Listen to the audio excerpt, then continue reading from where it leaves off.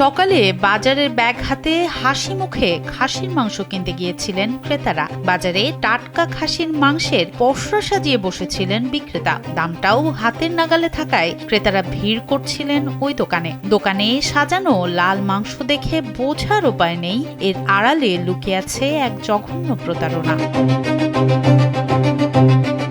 হঠাৎ গুঞ্জন ছড়িয়ে পড়ল, ওটা খাসি নয়, জবাই করা হয়েছে এক নেড়ি কুকুর। মুহূর্তের মধ্যে বিশ্বাস ভেঙে আতঙ্ক আর ঘৃণায় স্তম্ভিত হয়ে পড়েন উপস্থিত সবাই। এখন যে কোনো ব্র্যান্ডের পুরাতন এসি বদলে নতুন ওয়ালটন এসিতে উপভোগ করুন 25% ছাড়। আনন্দমুখর সকালটা রূপ নেয় বিষাদে। লোকজন মোবাইল করে জানালো যে এখানে একটা কুকুর জবাই হয়েছে জনগণকে খাওয়ানোর উদ্দেশ্যে, আমরা তাড়াতাড়ি এসে দেখি যে ঘটনা সত্য। ঘটনার সূত্রপাত হয় কসাইয়ের বাড়ি থেকে। স্থানীয়রা টের পান সেখানে খাসির বদলে গোপনে কুকুর জবাই করা হয়েছে। খবরটি জানাজানি হতেই এলাকায় তোলপাড় শুরু হয়। পরিস্থিতি বেগতিক দেখে দোকান ও মাংস ফেলে দ্রুত চম্পট দেয় মূল অভিযুক্ত কসাই ইমতাজুল ও তার সহযোগী দুলু মৌলভী। আজকে ধরা পড়ে তার বেড়ার বউকে জিজ্ঞাসা করলাম তো করলে যে রাত্রে অস্ত্র ধার দিতে শব্দ শোনা গেছে কিন্তু ভয় বাড়াই।